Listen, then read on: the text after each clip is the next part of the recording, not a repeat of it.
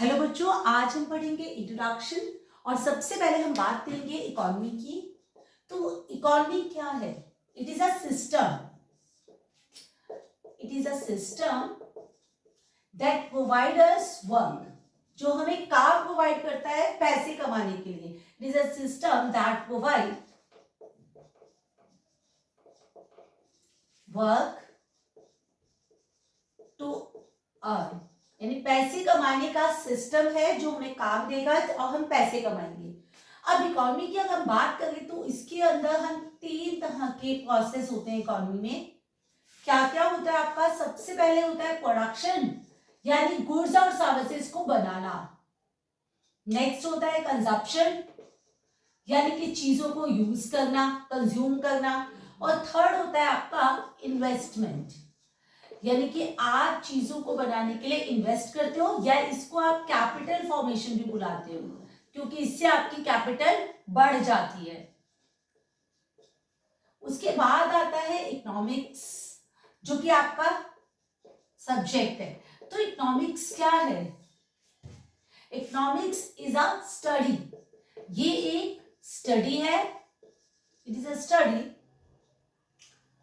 विच tell us, जो ये बताती है how to select resources, how to select resources under scarcity, आपके पास, यानी चीजें आपके पास लिमिटेड है, तो लिमिटेड चीजों में से, लिमिटेड रिसोर्सेज में से आप रिसोर्सेज को कैसे सेलेक्ट करोगे और क्या। स्कैरिसिटी क्या था? अभी आपको बताया था। स्कैरिसिटी मतलब लिमिटेड रिसोर्सेज। जैसा कि आपको पता है कुछ रिसोर्सेज ऐसे हैं जिन्हें आप बढ़ा नहीं सकते, जैसे कि आपके पास 24 आवर्स है, आप उसे 30 आवर्स ही बना सकते हैं। आपके पास लैंड है लेकिन उस लैंड को आप बढ़ा नहीं सकते हो। तो रिसोर्सेज तो आपके पास लिमिटेड ही है। तो अब आपको डिसाइड करना है कि रिसोर्सेज का यूज कैसे करोगे, वही आप इकोनॉमिक्स में पढ़ने वाले हो। तो ये वो होती ही है। तो हर इकोनॉमी में कुछ प्रॉब्लम्स तो फेस करनी ही है। अब इकोनॉमिक प्रॉब्लम्स क्या है? इकोनॉमिक प्रॉब्लम्स का मतलब हुआ कि आपके पास, देखिए, problem of choice. Economic problem क्या है? Problem of choice. अब ये चॉइस आ क्यों गई है आपके पास? टू सेटिस्फाई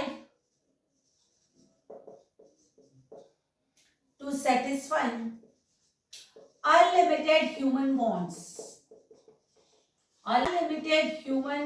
wants, यानी आपको फ्रॉम लिमिटेड रिसोर्सेज से आपको अनलिमिटेड वॉन्ट्स को सेटिस्फाइड करना है। हैविंग ऑल्टरनेटिव यूजेस, जिनके ऑल्टरनेटिव यूजेस है, बहुत सारे यूजेस भी हैं। तो इस वाली को डेफिनेशन में आपको 3 चीजें मिली है। आपको सबसे पहले बात आ गई प्रॉब्लम ऑफ अनलिमिटेड वांट्स की, दूसरा वर्ड लिखा है लिमिटेड रिसोर्सेज, और तीसरी चीज है आपके पास ऑल्टरनेटिव सोर्सेज। तो ह्यूमन वांट्स जो होती है वो अनलिमिटेड है, मतलब आपकी एक वांट, एक इच्छा पूरी होगी तो दूसरी आपके पास तैयार हो जाएगी। कभी भी आप सेटिस्फाइड नहीं होते, ठीक है। जैसे आपने एक घर खरीदा, 2 बेडरूम सेट खरीदा, तो आपको 3 बेडरूम सेट खरीदना है। तो यहाँ पर क्या है, वांट्स कभी खत्म नहीं होगी, एक पूरी होने के बाद दूसरी स्टार्ट हो जाएगी। लेकिन आपके पास तो रिसोर्सेज लिमिटेड है, यानी कि पैसे आपके पास लिमिटेड ही थे। तो अब आप उसको कैसे करोगे? और आप उन पैसों का यूज सिर्फ घर खरीदने में नहीं कर सकते, यानी उन पैसों से आप बहुत कुछ कर सकते हो। तो यहाँ पर ऑल्टरनेटिव यूजेस है। तो हर इकोनॉमी में रिसोर्सेज लिमिटेड ही होते हैं लेकिन वांट्स अनलिमिटेड होती है, और रिसोर्सेज को आप बहुत सारी जगहों पर यूज कर सकते हो, इसीलिए वो कहलाते हैं ऑल्टरनेटिव यूजेस। अब यहां पर बात करते हैं इकोनॉमी 2 टाइप की होती है इकोनॉमिक्स। एक होती है आपके पास पॉजिटिव इकोनॉमिक्स और एक होती है आपके पास नॉर्मेटिव। अब बात होती है कि पॉजिटिव और नॉर्मेटिव में डिफरेंस क्या है। पॉजिटिव इकोनॉमिक्स का मतलब ये है कि आप किस तरह से प्रॉब्लम को एक्चुअली सॉल्व करते हो, यानी कि how to actually solve the problem, actually solve the problem, यानी एक्चुअली आप प्रॉब्लम जैसा सॉल्व करते हो वो कहलाता है पॉजिटिव इकोनॉमिक्स, और कैसा आपको करना चाहिए वो कहलाता है normative. How should problem to be solve, how should to the problem, how should the problem to be solve, कैसे आपको सॉल्व करना चाहिए। तो जैसे हम प्रॉब्लम के साथ डील करते हैं वो पॉजिटिव, और जैसे डील करना चाहिए वो कहलाता है नॉर्मेटिव। यानी ये इकोनॉमी का ये क्या है, रियल डिस्क्रिप्शन, ये इकोनॉमी में जो चल रहा है वो आपको दिखा रहा है, और यहां पर आप क्या दिखा रहे हो, यहां पर आप आइडियल्स की बात कर रहे हो, तो ये क्या हुआ, रियल पिक्चर या रियल डिस्क्रिप्शन ऑफ इकोनॉमी, यानी इकोनॉमी में क्या हो रहा है उसका रियल डिस्क्रिप्शन दिखा रहा है। और ये क्या दिखा रहा है, ये आपको एम टू डिटरमाइन आइडियल्स, क्या करके आप बेस्ट कर सकते हो, डिटरमाइन आइडियल्स, कुछ ऐसा कि आप जो पढ़ रहे हो, जैसे पढ़ते हो वो पॉजिटिव इकोनॉमिक्स, लेकिन आपको आपके टीचर्स या पेरेंट्स जो एडवाइस करते हैं कि ऐसे पढ़ो ताकि ज्यादा मार्क्स आए, वो कहलाएगा नॉर्मेटिव। तो जो आप कर रहे हो पॉजिटिव, और जो आपको एडवाइस मिल रही है करने के लिए वो कहलाएगा नॉर्मेटिव। तो यहां पर हमने क्या पढ़ा कि prices in the economy rises, ये तो हो गया है, प्राइसेस जो है चीजों के इकोनॉमी में वो बढ़ गए हैं, लेकिन अब आपको क्या करना है, how to control the prices, how to control the prices, आपको प्राइसेस को कंट्रोल कैसे करना, ये आपका नॉर्मेटिव है। पढ़ेंगे माइक्रो एंड मैक्रो इकोनॉमिक्स, जो कि हमारी बुक्स भी हैं। तो माइक्रो इकोनॉमिक्स क्या है, माइक्रो इकोनॉमिक्स का मतलब होता है कि आप इंडिविजुअल यूनिट से डील करते हो, मतलब एक यूनिट से डील करते हो, और जब पूरी इकोनॉमी की बात करते हैं तो मैक्रो की बात करते हैं, यानी जब आप इंडिविजुअल की बात करते हो तो माइक्रो, और जब पूरी इकोनॉमी की एक साथ बात करते हो तो वो कहलाता है आपको मैक्रो। तो यहां पर हम क्या कर रहे हैं, डील्स विद, ये क्या करता है, डील विद इंडिविजुअल यूनिट।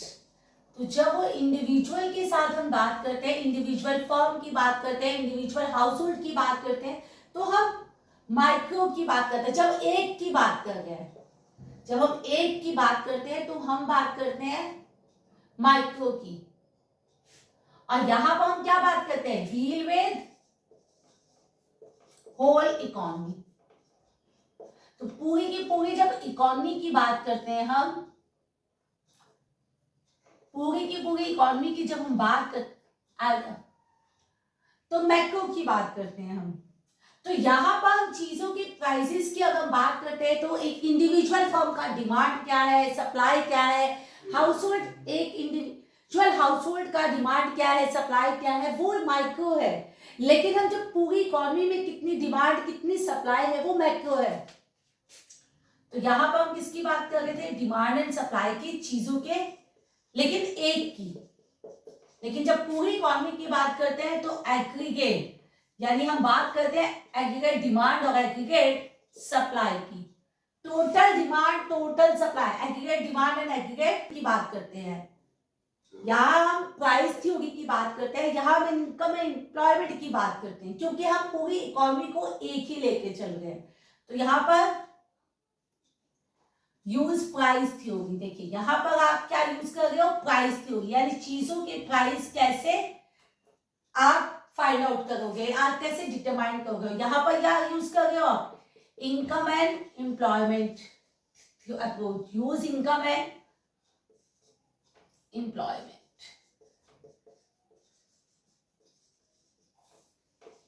तो इनकम एंड एम्प्लॉयमेंट थ्योरी की हम बात करते हैं। तो यहां पे हमने क्या बात की, हमने बात की प्राइस ऑफ कमोडिटी की, यानी एक चीज का प्राइस कैसे डिसाइड करेंगे हम। और यहां पर हम क्या बात कर रहे हैं, यहां बात कर रहे हैं ना यहाँ पर एग्जाम्पल है कि हम प्राइस की बात करेंगे तो हम माइक्रो की बात करेंगे, और यहाँ पर नेशनल इनकम की, पूरी कंट्री की इनकम, पूरी इकोनॉमी की इनकम क्या है वो हम बात करेंगे मैक्रो में। अब हर इकोनॉमी में सेंट्रल प्रॉब्लम्स भी होती हैं। आप जानते हो कि तीन तरह की इकोनॉमी होती है, तीन तरह की इकोनॉमी होती है। एक होती है आपके पास कैपिटलिस्ट इकोनॉमी, यानी कि सारा का सारा प्राइवेट सेक्टर होगा, मीन्स ऑफ प्रोडक्शन प्राइवेट्स होंगे। उसके बाद हम बात करते हैं सोशलिस्ट इकोनॉमी की, यानी कि सब कुछ गवर्नमेंट के पास होगा। और तीसरा हम बात करते हैं मिक्स्ड इकोनॉमी की, यानी कि जहां पर प्राइवेट सेक्टर और गवर्नमेंट सेक्टर एक साथ लाई करेगा। तो कैपिटलिस्ट इकोनॉमी का सबसे best example USA, socialist economy का चाइना, और मिक्स्ड इकोनॉमी का बेस्ट एग्जांपल इंडिया है। लेकिन चाहे इकोनॉमी कोई भी हो, कैपिटलिस्ट हो, सोशलिस्ट हो या मिक्स्ड हो, हर इकोनॉमी में कुछ सेंट्रल प्रॉब्लम तो होती ही है। जैसे कि व्हाट टू प्रोड्यूस, यानी कि लिमिटेड रिसोर्सेज को आप कैसे यूज करोगे और कितने गुड्स एंड सर्विसेज को बनाओगे। ठीक है, तो यहां पर आप क्या करोगे, सेलेक्ट करना है कि आपको क्या क्या बनाना है। तो यहां पर क्या आएगा, सिलेक्शन ऑफ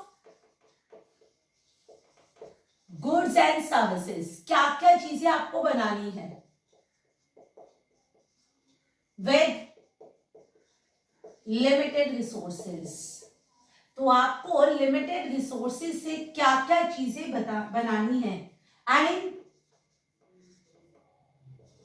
व्हाट क्वांटिटी, कितनी क्वांटिटी में बनानी है, क्या क्या चीजें बनानी है और कितनी क्वांटिटी में बनानी है, ये हम पढ़ेंगे व्हाट टू प्रोड्यूस में। व्हाट टू प्रोड्यूस में कि आपको कंजप्शन गुड्स कितने बनाने हैं, कैपिटल गुड्स कितने बनाने हैं, डिफेंस गुड्स कितने बनाने हैं, ये सब चीजें आपको डिसाइड करनी है, और कितनी क्वांटिटी में बनानी है ये भी डिसाइड करना है। उसके बाद आता है हाउ टू प्रोड्यूस। अब आपको चीजें बनानी कैसे हैं, हाउ टू प्रोड्यूस, यानी कि हम बात करेंगे टेक्निक की, सिलेक्शन ऑफ टेक्निक की हम बात करेंगे।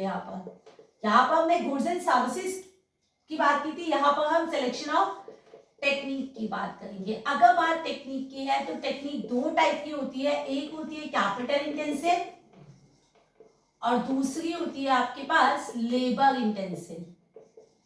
कैपिटल इंटेंसिव और लेबर इंटेंसिव। अब जिस भी देखिए, हर इकोनॉमी यही चाहती है कि उसकी चीजों का प्राइस कम हो, और प्राइस कम तब होगा जब जो चीज आपके पास ज्यादा है, प्लेंटी में है, आप उसका इस्तेमाल करिए। अगर आपके पास कैपिटल ज्यादा है तो आपको कैपिटल इंटेंसिव जाना चाहिए, अगर लेबर ज्यादा है तो लेबर इंटेंसिव। यहां हम कब यूज करेंगे, जब आपके पास ज्यादा कैपिटल है। अगर आपके पास ज्यादा कैपिटल है तो आप जाइए कैपिटल इंटेंसिव पर, और अगर आपके पास लेबर ज्यादा है, मोर लेबर है, तो आप जाइए लेबर इंटेंसिव पर। तो जैसे कि आपके पास यूएस की बात करें तो वहां पर कैपिटल ज्यादा है तो वो जाते हैं कैपिटल इंटेंसिव पर। हमारे पास पॉपुलेशन बहुत ज्यादा है तो हम जाते हैं लेबर इंटेंसिव पर। ठीक है, क्योंकि जो चीज आपके पास ज्यादा होगी वही आपकी चीजों की प्राइस को कम करेगी। अब लास्ट आता है आपके पास फॉर whom टू प्रोड्यूस, किसके लिए चीजें बनानी है, फॉर whom टू प्रोड्यूस। आपको चीजें जो बनानी है वो किसके लिए बनानी है, आप कौन सी कैटेगरी में डील करना चाहते हो, डिस्ट्रीब्यूशन। तो it related with distribution of goods, related with distribution of goods and services, यानी चीजें आप किसके लिए, distribution of goods and services. तो गुड्स एंड सर्विसेज जो आप बना रहे हो वो किसके लिए बना रहे हो, आप मिडिल क्लास के लिए बना रहे हो, आप अपर मिडिल के लिए बनाना चाहते हो, आप रिच लोगों के लिए बनाना चाहते हो, या सबके लिए बनाना चाहते हो, ये बहुत ही इंपॉर्टेंट है। तो ठीक है, तो क्योंकि अगर आप ये डिसाइड करोगे तभी आप ये डिसाइड करने के लिए कि आप कौन से लेवल पर जाना चाहते हो उसी के हिसाब से आप चीजों का डिसाइड करोगे। फॉर एग्जाम्पल, अगर आपको गाड़ी बनाना है तो आपको डिसाइड करना है वो गाड़ी किसके लिए बनाना है आपको। अगर आप देखिए, अगर आपने गाड़ी बनाया है रिच लोगों के लिए तो आप एक महंगे ब्रांड बना सकते हो, ठीक, तो आप उसके में बेटर सर्विसेज दे सकते हो। अब प्राइस आप कुछ भी सेलेक्ट कर सकते हो, लेकिन अगर आप मिडिल क्लास के लिए वो बना रहे हो तो आपको वहां पर प्राइस के बारे में सोचना पड़ेगा, क्योंकि प्राइस जो है वो मिडिल क्लास को इफेक्ट करता है। तो आप किन लोगों के लिए चीजें बना रहे हो, ये बात बहुत ज्यादा इंपॉर्टेंट पड़ेंगे। Opportunity cost, opportunity cost, opportunity cost क्या है? It is a cost of next best alternative, alternative for God.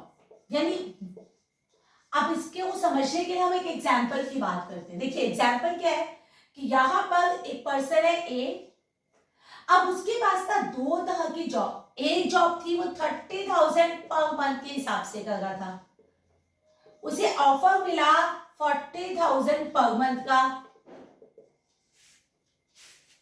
उसे ऑफर मिला 40,000 पर मंथ का, तो उसने इस 30,000 वाली जॉब को छोड़कर 40 को ऑप्ट कर लिया। 30 वाली जॉब को छोड़कर 40 को ऑप्ट कर लिया। जब उसने 40 को ऑप्ट किया तो उसे क्या छोड़ना पड़ा? उसे छोड़ना पड़ा था 30,000 की जॉब को। तो यानी कि cost of next best alternative foregone, यानी इसे लेने के लिए उसने जो कुछ छोड़ा, जो सेक्रीफाइस किया, उसी को हम कहेंगे अपॉर्चुनिटी कॉस्ट। तो जो भी हम लेते हैं उसके लिए हमें जो सेक्रीफाइस करना है, हम उसकी कॉस्ट को अपॉर्चुनिटी कॉस्ट करें। प्रोडक्शन पॉसिबिलिटी कर्व को आप पीपीसी या पीपीएफ, कुछ भी, प्रोडक्शन पॉसिबिलिटी फ्रंटियर, किसी भी नाम से बुला सकते हो, यानी पीपीसी या पीपीएफ। तो यहां पर हम क्या लेकर चल रहे हैं? हम लेकर चल रहे कि इकोनॉमी, हम दो ही चीजों को प्रोड्यूस, ठीक है, तो दो ही चीजें हम प्रोड्यूस करेंगे उसके लिए। अब जरा देखिए कैसे, तो आपका एजम्पशन ये है कि आप सिर्फ दो ही चीजें प्रोड्यूस करते हो उन सब का। अब ये क्या है? ये ग्राफिकल प्रेजेंटेशन है। पीपीसी जो होता है वो ग्राफिकल प्रेजेंटेशन होता है आपके पास, किस चीज का? Combination of combination of two goods, दो चीजों के कॉम्बिनेशन को हम ग्राफिकली जब शो करते हैं तो हम उसे बोलते हैं PPC, combination of two goods which are produce from the limited resources, which are produced from the limited resources। तो limited resources से वो दो चीजें जो हम बनाएंगे उनका ग्राफिकल प्रेजेंटेशन जो होगा वो कहलाएगा आपके पास पीपीसी। अब इसके लिए हम कुछ एजम्पशन लेकर चलेंगे, क्योंकि हर थ्योरी के लिए हम कुछ चीजें एज्यूम करते हैं। सबसे पहले क्या हम एज्यूम कर रहे हैं कि आप सिर्फ इकोनॉमी में रिसोर्सेज जो है वो लिमिटेड है, यानी फिक्स्ड है, रिसोर्सेज आर फिक्स्ड, आपने ये एज्यूम्ड किया है।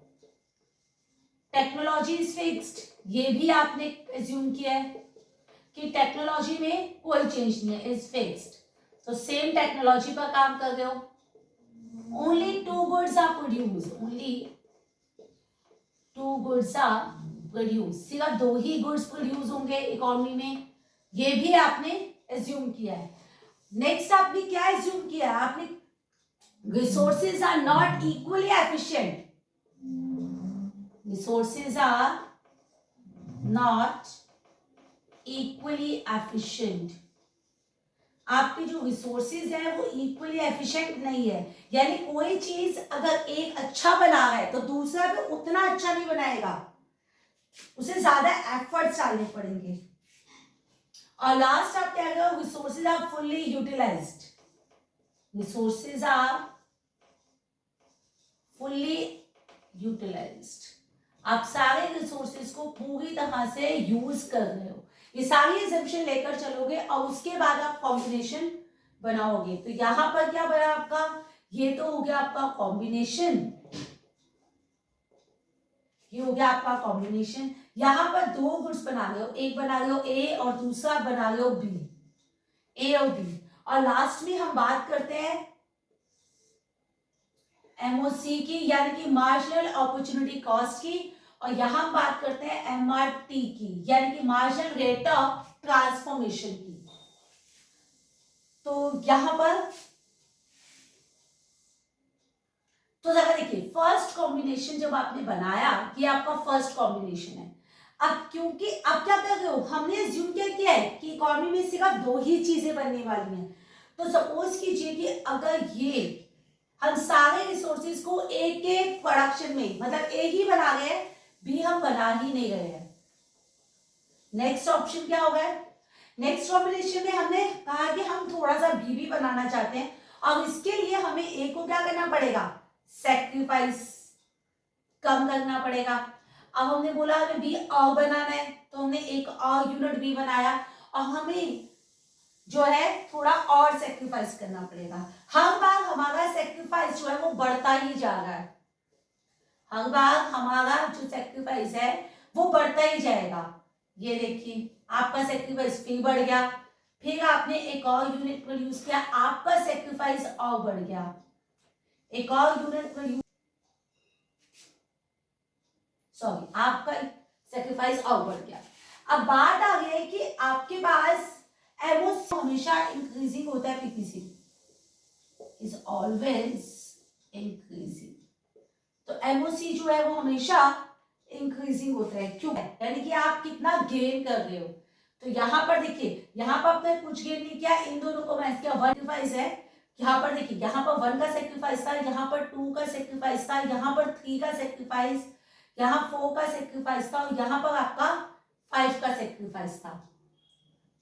अब बात करते हैं एमआरटी की। तो एमआरटी क्या होता है आपका, सेक्रीफाइसिंग यूनिट अपॉन में गेनिंग यूनिट।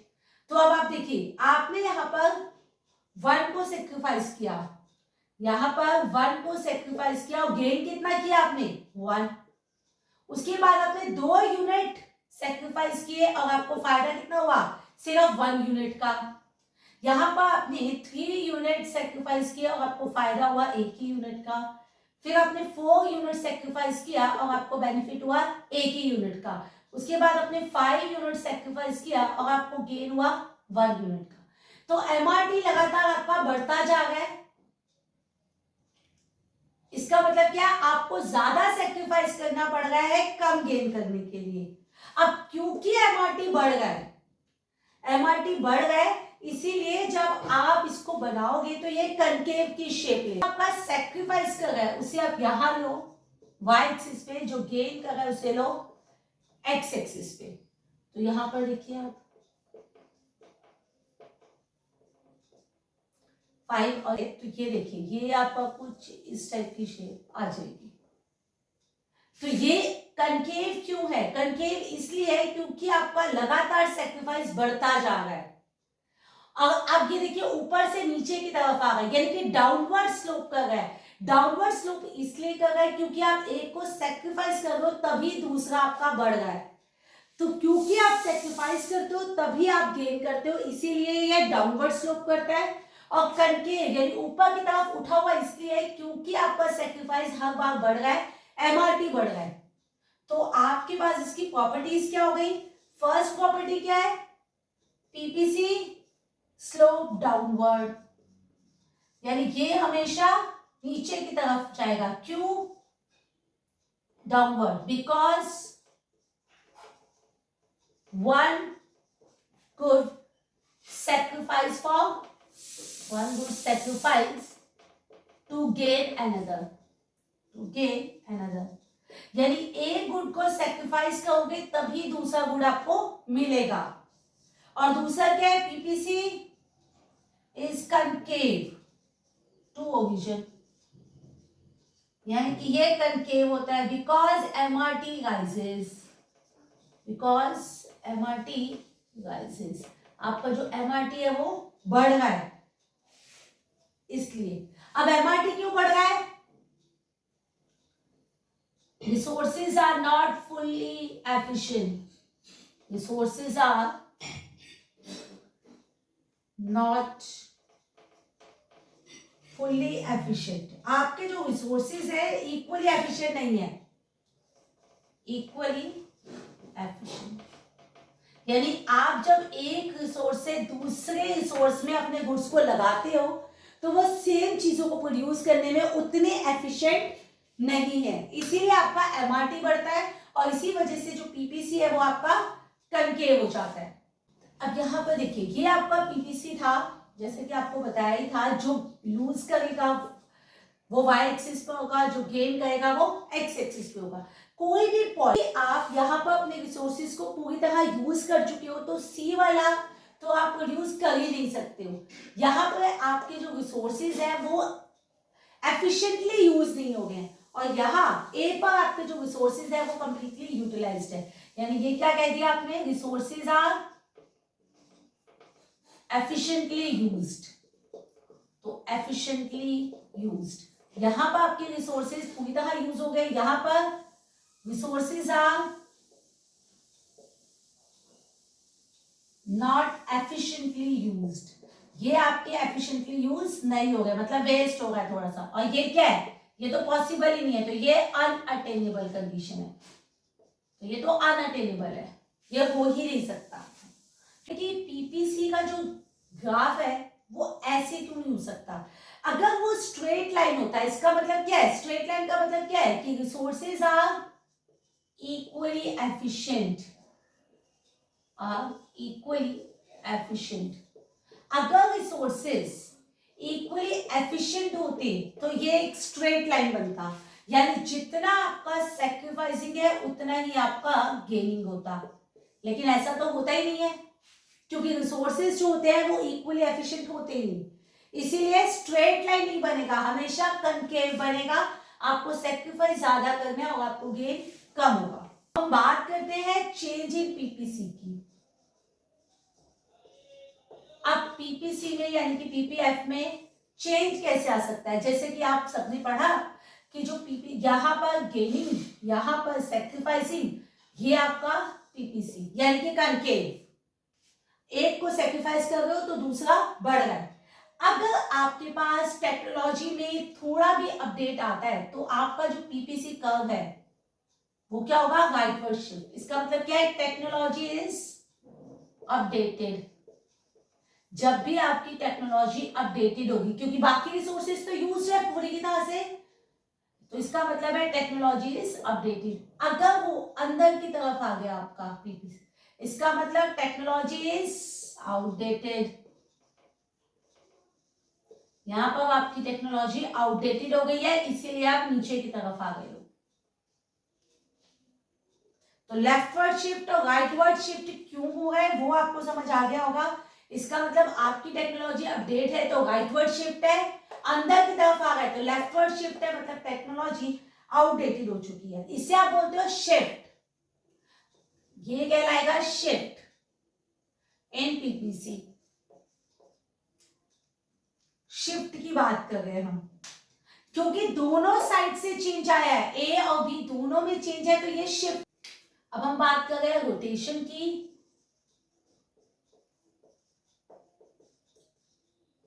अब रोटेशन का मतलब देखिए क्या है, यानी सिर्फ एक में चेंज आया है। ये हो गया आपका बी, ये हो गया आपका ए। जो गेन करेगा एक्स एक्सिस, जो लूज करेगा सेक्रीफाइस करेगा वो वाई एक्सिस। अगर सोचिए कि आपका ये जो है वो लेफ्ट है लेकिन बी, इसका मतलब क्या है कि ए की टेक्नोलॉजी तो सही है, ए की टेक्नोलॉजी आप सेम यूज कर रहे हो और वो अपडेटेड ही है, लेकिन बी की टेक्नोलॉजी आउटडेटेड हो चुकी है। तो यहां पर हम क्या बात करें कि बी की टेक्नोलॉजी, ठीक है ना, outdated technology of B, sorry. तो यहां पर हमने कहा आउटडेटेड टेक्नोलॉजी, लेकिन आउटडेटेड टेक्नोलॉजी जो है वो सिर्फ बी की है, फॉर बी। और यहां पर अगर सोचिए कि यहां पर प्रोडक्शन बढ़ रहा है, यानी कि गेनिंग आपका बढ़ रहा है, तो मतलब क्या है, अपडेटेड है। यहां पर टेक्नोलॉजी अपडेटेड है लेकिन बी के लिए, ठीक, ऐसा ही ए के लिए भी हो सकता है। ये देखिए, ये भी बी, ये हो गया आपका ए, ये हो गया आपका पीपीसी। अब आपका, आप सोचिए बी की टेक्नोलॉजी तो सेम ही है, लेकिन ए की टेक्नोलॉजी आउटडेटेड हो जाएगी, तो ये अंदर की तरफ बनेगा। ए की टेक्नोलॉजी अगर अपडेट कर दोगे आप, तो ये बाहर की तरफ आएगा, मतलब लेफ्ट, ये अंदर की तरफ आएगा तो आउटडेटेड है, बाहर की तरफ आएगा तो अपडेटेड टेक्नोलॉजी है। तो इसी को, क्योंकि अगर आपके पास सिर्फ ए में चेंज आ रहा है, एक ही कमोडिटी में चेंज आएगा, तो रोटेशन अगर दोनों में चेंज आएगा तो वो कहलाएगा शिफ्ट। तो इसी के साथ आपका पूरा चैप्टर हो गया है। आप इसे ओवरव्यू कर लेना, फिर भी कुछ डाउट होंगे तो आप लोग पूछ